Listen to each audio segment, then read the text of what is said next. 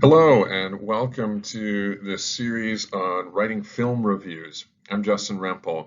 We're going to be taking a look at what film reviews are and some of the different aspects of film creation that you can think about when you're analyzing and reflecting on a movie that you've seen. This is the first part of the series, and we're going to be focusing on producing, directing, writing, and acting, some of the really core components that go into making a film.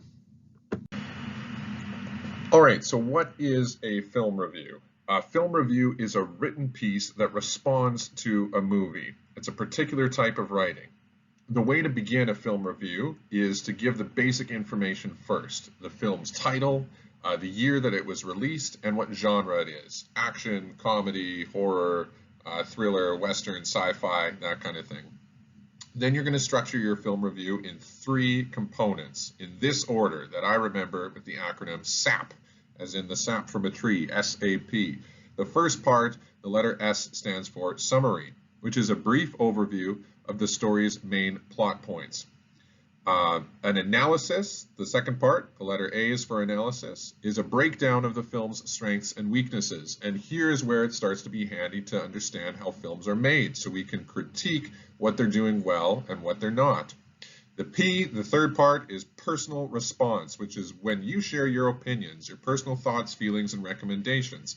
Even for this section, to form educated opinions, it's helpful to have an understanding of the filmmaking process. For more on how to approach structuring these three components, see my presentation on book reviews. This presentation will focus on the artistic components of film that reviewers should evaluate in their analysis and response. And as we're going, look out for those little green boxes. They have tips on how to write a good film review. And here's the first one.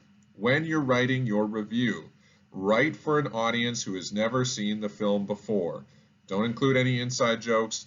Don't include anything without full explanation. You need to write as if the person who's reading it has no concept of this film, has never seen it before. You're filling them in on everything. So let's talk about some basics about how movies are made. And the first really good thing to know is that there are three stages of movie making. They're called pre-production, production, and post-production. In the first stage, the pre-production stage, this involves getting ready to make the movie. So that is when you source the material that you're going to use to create the film. You find a script, or you write a script to use for the movie. You cast the actors to perform in your movie. You scout out the locations, where you'll be filming your movie. You're figuring out all the logistical details. The second step is the step that we usually think about when we think about movie making. The production stage is the filming, when everything is actually shot. You have cameras rolling, and they capture the actors' performances, and you collect all of your film footage. But you are not done at that point. You still need to go into post-production, or post for short. And this is when the editing happens. It's also when the marketing and distribution gets underway. But post-production is mostly focused on editing, which is taking your film footage and cutting it up and putting it together in a way that makes sense and tells a good story. One of the main differences between a movie and a lot of other art forms, such as novel writing, is that a movie involves a lot of different artists. A novelist might work with some editors or some peer reviews, things like that, but mostly it's a one-person effort. A movie involves a lot of different people all coming together to create this art piece. That means producers, directors, casts, the actors, crew, sound, lighting, cameras, or the crew, composers and musicians who create the music, all sorts of different people. It's a really massive effort to make a movie, and it's very expensive often. As you're writing your review, think about which stages of movie making and which artists are responsible for the movie's strengths and weaknesses. So if you're going to celebrate a strength or critique a weakness, think about whose job it was to do that part or component of the film. And sometimes there's more than one answer to that, because there's a lot of moving pieces and a lot of people involved in filmmaking. Producers. There are often multiple producers involved in making a film, especially a large film. Producers are in charge of logistical and business concerns. They handle the really practical side of things. So they're really heavily involved in pre-production. They're going to help locate and develop material for the film. But you also have people called writers, screenplay writers or screenwriters, who write the story. But producers will find and help to generate that story, that written material. Producers also direct the raising of finances, making sure that there's enough money to make the movie.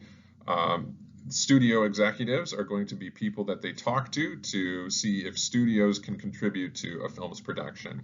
Producers are in charge of hiring cast and crew. People working under them, like casting directors, will help out with that job. Producers are in charge of budgeting and scheduling, so you're making sure that you have the money to make the movie and you have a game plan for the timeline of how you're going to make the movie. And producers also help with locations, finding good locations to shoot the movie in. And there are people called location scouts that help them do that. During production, a producer's job is really to ensure that the budget and schedule remain on track, that the game plan you made in pre-production is being followed. In post-production, producers step in and do a lot of work with the marketing and distribution. So they're working with advertisers and advertising companies. They're working with distribution companies to make sure that the film gets promoted and that the film gets distributed to theaters and that people can actually see it, because you want a return on your investment, you want to make some money on the film. So when we're writing film reviews, we're really focused on the artistic components, and producers are much more logistically involved than they are artistically involved, but you can think about how their decisions impact the final artistic product. For example, if a film has a lot of difficulty staying on schedule or staying on budget, going over budget, things like that, that might be attributed to the producers. Directors. I have the S in brackets because typically on a film there is usually only one director. The director is the artistic leader. They are in charge of making all art-related decisions. There are some exceptions. Sometimes directors work in duos. It's very rare to see anything more than 2 directors on a film. But there are some famous director duos who work together consistently to create a movie. For example, the Coen brothers, who make comedies like The Big Lebowski, very funny. The Wachowskis famously made the Matrix movies. Phil Lord and Chris Miller is a great directing duo. They've made all sorts of creative films like Cloudy with a Chance of Meatballs, the Lego movies, the new 21 Jump Street movies, and the new Spider-Verse movies. So a lot of very creative animated and comedy films. The Russo brothers are very famous right now for directing the Avengers movies, the last couple ones, Endgame and Infinity War, very big productions. I can imagine it would be helpful to have a couple directors on a project that large. And the Daniels, Daniel Kwan and Daniel Scheinert, direct some very oddball comedies and just won a Best Picture Oscar for Everything Everywhere All at Once. Typically, though, only one director is working on a film, and they're in charge of all the major artistic decisions. In pre-production, they work with the producers, and they're making artistic recommendations for setting up the script. They're making recommendations for hiring if they want to work with particular actors, say. They might recommend things for the schedule or locations, but their job there is to make artistic input. Here's my vision for this project and how I would like it to look. They're not quite as concerned with the logistics of how much that would cost. In the production phase, the director is very heavily involved. They are directing the acting performances, so they're telling the actors things to inform their performances. They're working with the cinematographers to shoot the film on camera, choosing which angles and equipment to work with, how the film's going to look. They're also working with people like the composers and thinking about music, how the score will help the movie. They're working with sound effects. They're working with lighting. They're in charge of directing or supervising all of these jobs to create one cohesive art piece. And in post-production, they're really heavily involved in the editing process with the editors so that their vision for the film is realized.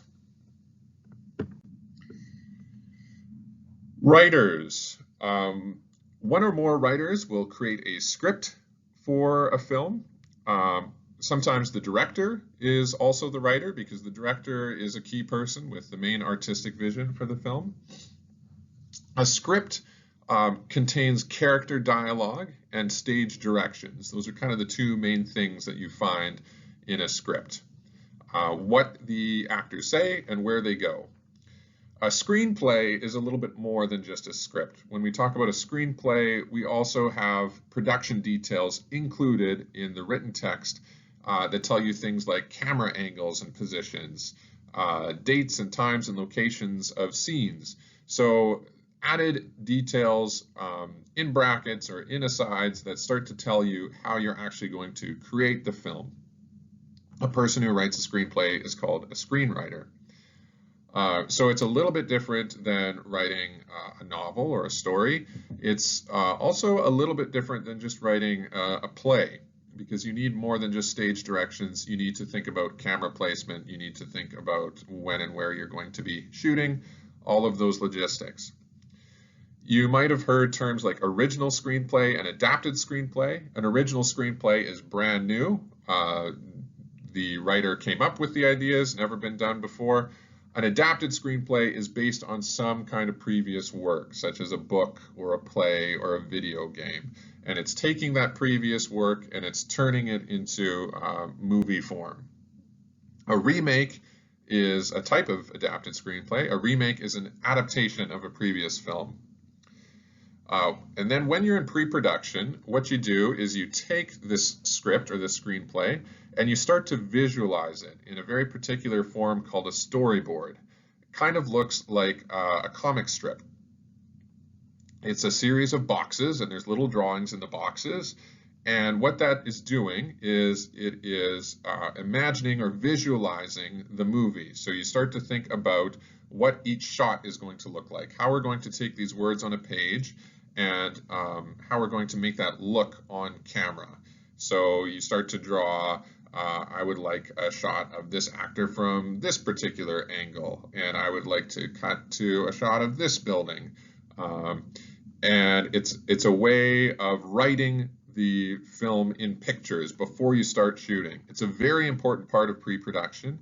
And if you make your storyboard properly, you save yourself a lot of time and money down the road because you're thinking about all the artistic decisions in advance and you have fewer of those to make during production. When you're writing your review and you're thinking about the writing of the film, you're going to think about this in the plot summary. One of the very first things you're going to do is mention the setting and the key plot points, and you're going to make an outline of the summary of the film. And then when you're doing your analysis, you're going to really think about the elements of story, the same as you would when you're reviewing a novel, right? You're going to think about these things like setting, plot, characters, pacing, dialogue, and theme. These are things we're very used to talking about in English courses because we find them in stories of all sorts, but they're important to analyze for film as well. So when you analyze a film story and its screenplay, think about the setting, which is the time and place. Evaluate that for authenticity and believability. Does the film look like it's in the proper setting? This is especially important for films that really depend on their setting for their premise, like science fiction films have to look futuristic, right? Period pieces are stories with historical settings. They have to look like they're from the proper historical period. When you're analyzing the plot, which is the sequence of story events, you're going to evaluate for construction, how well the plot is constructed, complexity, how simple or complicated it is, and clarity, how clear it is. Can you follow it easily and well? When you're evaluating the characters, which is the people in the story, or others with agency and dialogue, you can have animal characters or plant characters in some kinds of stories. Evaluate the characters for consistency. They should be the same type of character throughout the story. Their motivation, what drives them and informs their decisions. The arc and development of the characters. So how do they change from the start of the story to the end of the story? And believability. Do you buy that they're a real character?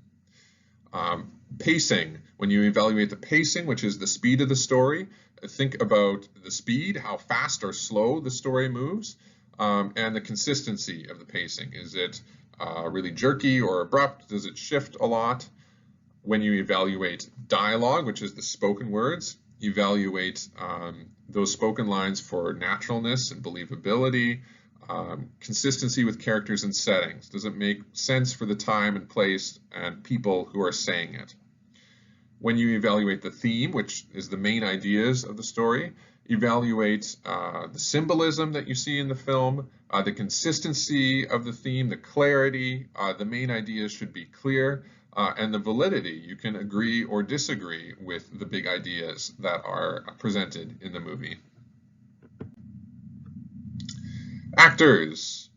Casting directors are the people who select the actors to play specific parts in a film. We call the different characters in the story parts or roles that are performed by the actors, sometimes called performers. Actors are the people who play different characters, right? They pretend to be different characters. They're in the business of make-believe. They are pretending to be someone else. Their spoken lines are called monologues if they're just speaking to themselves or to the audience, and it's called dialogue if they're speaking to other characters. A very famous technique of actor preparation is called method acting, and actors will go to extreme lengths when they're method acting. It means that they're changing their behavior or bodies to prepare for their roles. So, for example, Christian Bale very famously lost 63 pounds in 4 months to play a character named Trevor in The Machinist in 2004.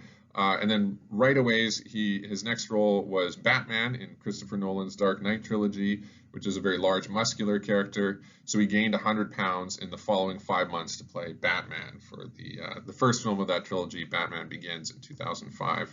Crazy weight gain and loss, not very healthy, to be honest. Daniel Day-Lewis is one of the most famous method actors, and he'll change his behavior, insisting everyone on set call him Mr. President while filming Lincoln in 2012. And when he was filming Gangs of New York in 2002, he nearly died of pneumonia because it was a period piece set in the 19th century, the 1800s, and he refused to take modern medicine because his character wouldn't. So this is an effective technique for a lot of actors to get into character, but it can be quite dangerous at times and not recommended. When you're writing your review of an actor's performance, think about believability, the actor's ability to transform into a role and make the audience forget that they're pretending, that they're actually someone else. Think about their line delivery, their ability to deliver dialogue in a way that is convincing and authentic. We call line delivery wooden if it's very flat and there's not enough expression or emotion, and we call it ham or hammed up or hammy if it's too much emotion and it's over the top and it's crazy and it's just so dramatic and expressive that it's corny and you don't buy it. It should be somewhere in between. Remember that lines may be scripted, written down, right, by the writer, but some lines are improvised, which means they're ad-libbed or made up on the spot by the actors or the directors. They just have an idea on the day that they're shooting. So think about that when you're critiquing line delivery. Think about acting choices when you're writing your review. These are distinctive decisions that the actor makes for their character portrayal. An accent is an acting choice, right? To do an accent or not to do one. Specific mannerisms, the way they move their face and their body that are distinct to the character, those are acting choices. The way they deliver their lines is an acting choice. Any decision they make for their character. Also think about chemistry, which is the interactions that an actor has with other actors, other characters in the story. Those should be believable and authentic as well. There should be tension or hatred between the villain and the hero. And there should be sparks or interest between characters who are in love. You should really feel attraction or anger or whatever the relationship is supposed to be. That's what should come through in chemistry. So the cast refers to all of the actors that you find in a movie. It's different from the crew, which is kind of everyone else who's operating sound, lights, cameras. And there are different types of actors. A leading role or a lead role is one of the few main characters. There's only going to be a few of these, and they're the main characters in the movie. Everyone else around them is called a supporting role. The side characters who speak quite a bit, but not as much as the lead roles, and their job is kind of just to make sure that the main characters' stories move along. Lead roles get paid more than supporting roles because they're larger parts. Extras have even smaller roles than supporting roles. Usually they're not even talking roles. They're just in the background. If you see a crowd scene with a bunch of people in the background, those are extras, and their job is just to be extra people who make it look like you're in a real public setting. Sometimes you can get a role as a featured extra, and that's a big deal because you're going to have 1 or 2 lines of spoken dialogue, and you get paid a little bit more. A stunt double is a trained professional who fills in for an actor in order to do a dangerous action, which is called a stunt. And obviously you don't want people who are watching the film to be able to tell that it's a stunt double and not the original actor, and so you need to hide the fact that it's a stunt double. There are many ways to do that. The first thing you want to do is to cast a stunt double, hopefully that's in similar appearance to the actor, similar build, weight, and height. You want to dress them in a similar costume for sure when they're acting. If you get really lucky, you get similar hair color, similar face, stuff like that. But there are ways around that. Hair, makeup, and wardrobe is going to dress them in a similar costume or an identical costume. You can use a wig if you need to. You can use makeup. Generally, you just don't want to show the stunt double's face because people are really good at recognizing faces and they'll be able to tell that it's a different person. So you just use camera shots and angles that don't show the face. You shoot from behind, you shoot from above. If you're doing a stunt like the one we see here where there's a guy riding a motorcycle, then you have a helmet on, and that helmet naturally disguises and hides the face, so that's helpful. Also, stunts are action pieces, and in action there's a lot of really quick camera movements, and those movements often really hide the fact that it's a stunt double because the camera is whipping and kind of blurring the screen. A cameo is a certain type of role. It's a small, often unexpected appearance of a really famous person. So a really big name, but they'll only show up for, say, one scene. It's a bit role, which is a tiny role. And of course, a voice actor is a type of role or performance that we use in the world of animation, when an actor just provides their voice and all the expression that it contains for an animated role.